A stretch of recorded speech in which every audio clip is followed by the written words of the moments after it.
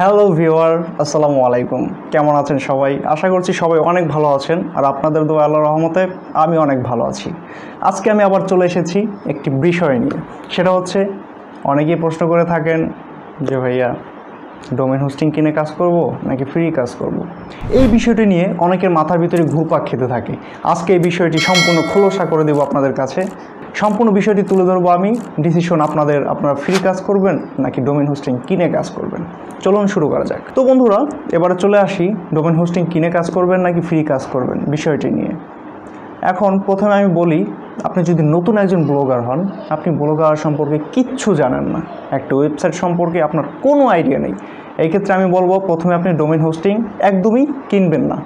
যদি কিনেন তাহলে আপনি ঠকবেন।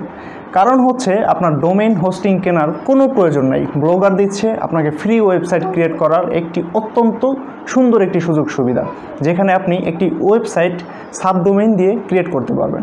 তো বন্ধুরা, এবারে চলে আসি যে আপনি ডোমেন হোস্টিং কেন কিনবেন এবং কখন কিনবেন।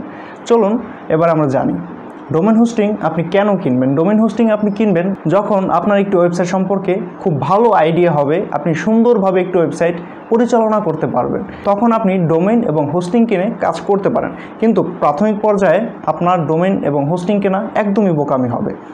তো বন্ধুরা, আমার এই চ্যানেলে ফ্রি ওয়েবসাইট ক্রিয়েট করার খুব সুন্দর করে ভিডিও দেওয়া আছে, আপনি চাইলে ভিডিওগুলো দেখে আসতে পারেন। আর যদি ইতিমধ্যে দেখে থাকেন তাহলে অনেক কিছুই আশা করি জানতে পেরেছেন। তো আমি আপনাদেরকে বলবো, যারা নতুন ব্লগিং শিখতে চাচ্ছেন, ইভেন আপনারা মোবাইল দিয়ে শিখতে চাচ্ছেন, আপনাদের কোনো ল্যাপটপ বা কম্পিউটার নেই, আপনার হাতে একটি স্মার্টফোন আছে, আপনি সেটি দিয়ে ব্লগিং করতে চাচ্ছেন বা আপনার ওয়েবসাইট ক্রিয়েট করতে চাচ্ছেন, সেই ক্ষেত্রে আপনি খুব সুন্দরভাবে পরিচালনা করতে পারবেন। সেটার জন্য আপনাকে প্রয়োজন হবে ধৈর্য ধরা। আপনি ধৈর্য ধরে কাজ করতে থাকুন, ইনশাল্লাহ একদিন আপনি সফল হবেনই। আপনি প্রাথমিক পর্যায়ে সাবডোমেইন দিয়ে ফ্রি হোস্টিং নিয়ে ব্লগারে একটি ওয়েবসাইট ক্রিয়েট করে ফেলুন। তারপর ওয়েবসাইটটি সুন্দর করে ডিজাইন করে ফেলুন। গ্রাফিক্স ডিজাইন না, এটা হচ্ছে ওয়েব ডিজাইন। তো আপনি ওয়েব ডিজাইন কোথা থেকে শিখবেন? এই কথাটা আমার বলতেই হয়, আমার চ্যানেলে সুন্দরভাবে থিম কাস্টমাইজেশনের ভিডিও দেওয়া আছে, আপনি সেখান থেকে দেখে দেখে থিম কাস্টমাইজ করতে পারেন। এমনকি ভিডিও ডিসক্রিপশন বক্সে ফ্রি থিমের লিঙ্ক দেওয়া আছে, সেখান থেকে থিমটি ডাউনলোড করে আপনি আপনার ওয়েবসাইটে ওই থিমটি আপলোড দিয়ে থিমটি কাস্টমাইজেশন করে আপনি আপনার ওয়েবসাইটটি সুন্দর করে ক্রিয়েট করতে পারেন। তারপর আপনার ওয়েবসাইট ক্রিয়েট করা হয়ে গেল, তারপর আপনি কি করবেন? তারপর আপনি সুন্দর সুন্দর পোস্ট করতে থাকবেন। আগে আপনার ডিসিশন নিতে হবে আপনি কোন কোন ক্যাটাগরিতে পোস্ট করবেন, আপনি কি কি বিষয় নিয়ে কাজ করবেন। ধরুন আমার ক্ষেত্রটাই আমি বলি, যখন আমি ফার্স্ট অফ অল ব্লগিং শুরু করি, তখন আমি 4টা থেকে 5টা ক্যাটাগরি রাখি। একটা হচ্ছে হেলথ, দ্বিতীয় হচ্ছে জব, তৃতীয় হচ্ছে নলেজ, চতুর্থ হচ্ছে আপনার নিউজ। নিউজ। এই 4টা-5টা ক্যাটাগরি নিয়ে আমি প্রথমত কাজ করতে থাকি। তারপর আমি প্রত্যেকটা ক্যাটাগরিতে প্রতিদিন 2টা-3টা করে পোস্ট করতে থাকি। দেখা যায় আমার মোটামুটি প্রতিদিন 10 থেকে 12টা পোস্ট অলরেডি হয়ে যায়। তো আপনারা হয়তো এত পারবেন কিনা জানি না, আমিও এত পারতাম না। তো আমার অনেক পরিশ্রম করতে হয়েছে। আপনারা যদি সময় পান, পরিশ্রম করেন, দেখা গেছে আপনি 1-1.5 মাসের ভিতরে মোটামুটি মনিটাইজ পেয়ে যাবেন ইনশাল্লাহ, আমি আশা করি। তারপরে আপনি আস্তে আস্তে পোস্ট করতে থাকেন, পোস্ট করতে থাকবেন, কিন্তু পোস্টগুলো আপনার ইউনিক হতে হবে, আপনার নিজের লেখা হতে হবে। আপনি অনলাইন থেকে কপি করতে পারবেন না। অনলাইন থেকে কপি করলে আপনি মনিটাইজ তো পাবেনই না, বরঞ্চ আপনার কষ্টটাই বিফল হয়ে গেল। আপনি অনলাইন থেকে আইডিয়া নেবেন যে কী বিষয়ে আপনি লিখতে যাচ্ছেন। ধরুন আপনি একটি ক্যামেরা বিষয় লিখবেন, ক্যামেরা বিষয়টি লেখার আগে আপনি অনলাইন থেকে একটা আইডিয়া নিয়ে নেবেন যে ক্যামেরা বিষয়ে ব্লগিংগুলো কেমন হয়। ওই আকারে সুন্দর করে আপনি আপনার নিজের মতো করে ব্লগগুলো লিখে ফেলবেন।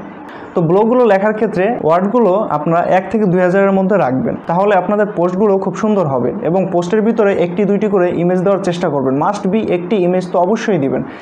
চেষ্টা করবেন প্রত্যেকটা স্টেপ বাই স্টেপ ইমেজ দিয়ে বুঝিয়ে দেওয়ার জন্য। সেই ক্ষেত্রে আপনাদের ভিজিটররা আপনাদের পোস্টগুলো পড়তে খুবই আনন্দ পাবে। তারপর আপনার কাজ হচ্ছে আপনার প্রত্যেকটি পোস্ট সাইট ম্যাপে অ্যাড করা, গুগল সার্চ কনসোলে সাবমিট করা হয়ে গেলে আস্তে আস্তে আপনার পোস্টগুলো র্যাঙ্ক করতে থাকবে।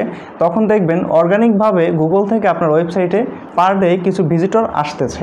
তারপরে আপনারা কি করবেন, যখন দেখবেন প্রতিদিন 2 থেকে 300 ভিজিটর অলরেডি আপনার ওয়েবসাইটে চলে আসে, তখনই আপনি অ্যাডসেন্সে অ্যাপ্লাই করে ফেলবেন। অ্যাপ্লাই করে ফেলার পরে দেখবেন ইনশাল্লাহ অ্যাপ্রুভ হয়ে যাবে আশা করি।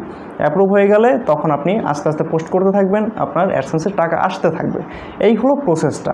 কিন্তু আপনি অ্যাট ফার্স্ট আপনি ডোমেন হোস্টিং কিনে কাজ করেন না, এই ক্ষেত্রে আপনি খুব একটা সমস্যায় পড়বেন। বছর বছর আপনার ডোমেনটি রিনিউ করা লাগবে। তাছাড়া ডোমেন হোস্টিং কিনা একটা অন্যরকম ঝামেলার ব্যাপার।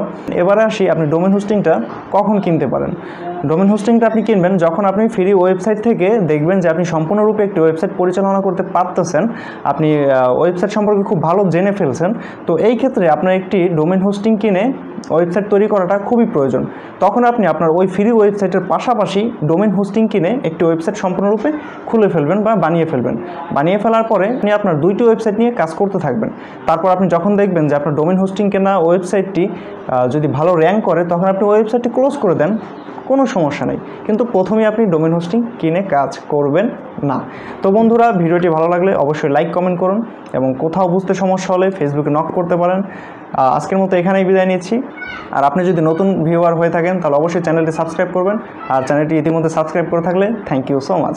তো দেখা হচ্ছে পরবর্তী কোনো ভিডিওতে। সেই পর্যন্ত সবাই ভালো থাকবেন, সুস্থ থাকবেন।